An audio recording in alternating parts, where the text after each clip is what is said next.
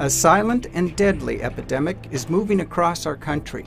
Diagnoses of brain death have been steadily increasing over the past several years.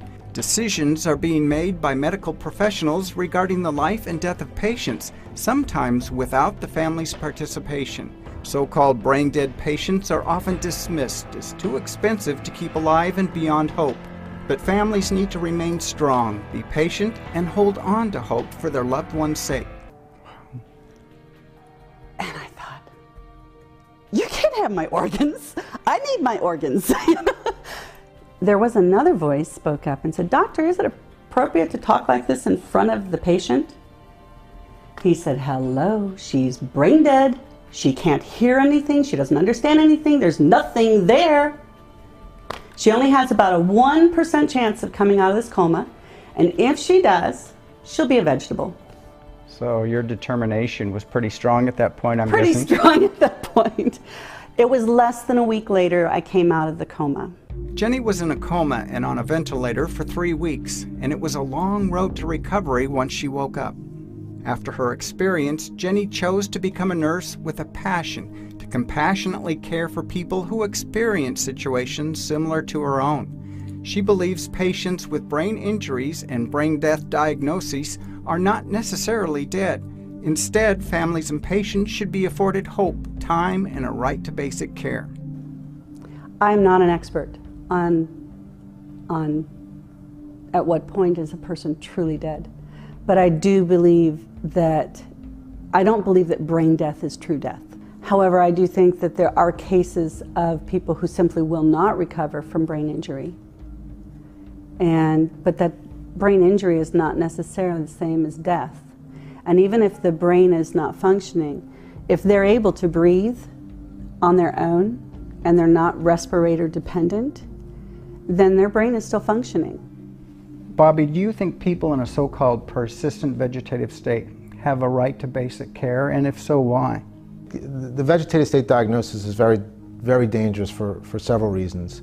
Literally, it can serve as a death sentence because many of the courts, many of the laws in states, many of the state laws today use the PVS diagnosis as a criteria to end a person's life if the family or the hospital agrees to do so. And we saw that in Terry's, my sister's situation.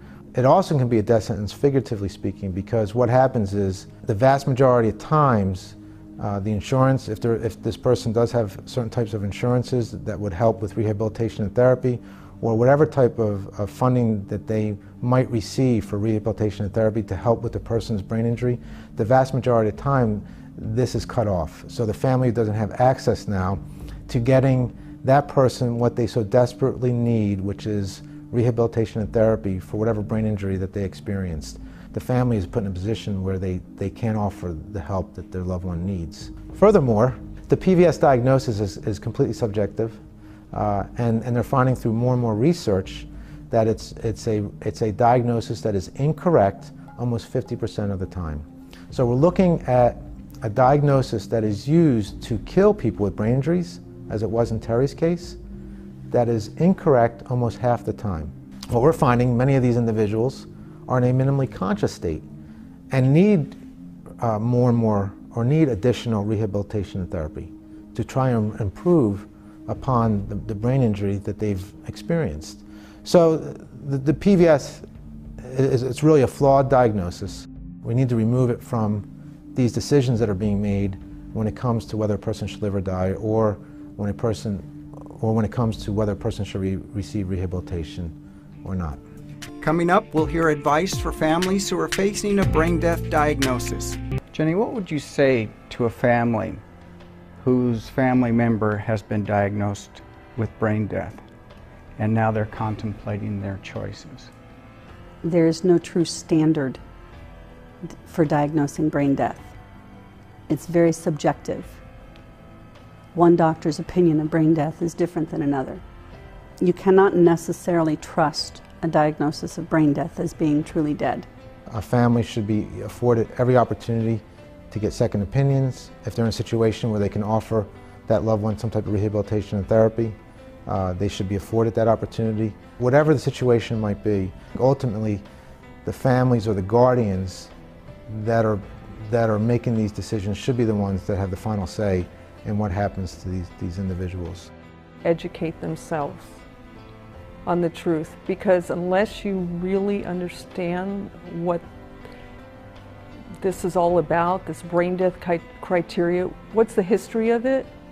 Where did it come from? Why is it happening? What's the financial benefits of it? Unless someone really knows, whether you're a medical professional or a lay person, you really can't advocate for someone very well beyond just, trying to stand your ground and say no, no, no. And it seems like the prevailing message here is that it takes a long time for the brain to heal, so be patient. We're seeing now where we're finding more and more research where the brain can heal itself. To simply write a person off who has a brain injury and say they're never going to improve, or it'd be in their best interest to just end their lives, I think we're making a terrible mistake. Obviously not only for the person that these decisions are being made for, but also for the families that are willing and wanting to care for them. It's very easy to simply say, oh, they're not going to get better, let's just end their life, let's just kill them. Yes, the hard decision is to care for these people, but it's the right decision, and it's a decision of compassion and love. And it's really a reflection upon us, really as a nation, how we're going to care for our most vulnerable.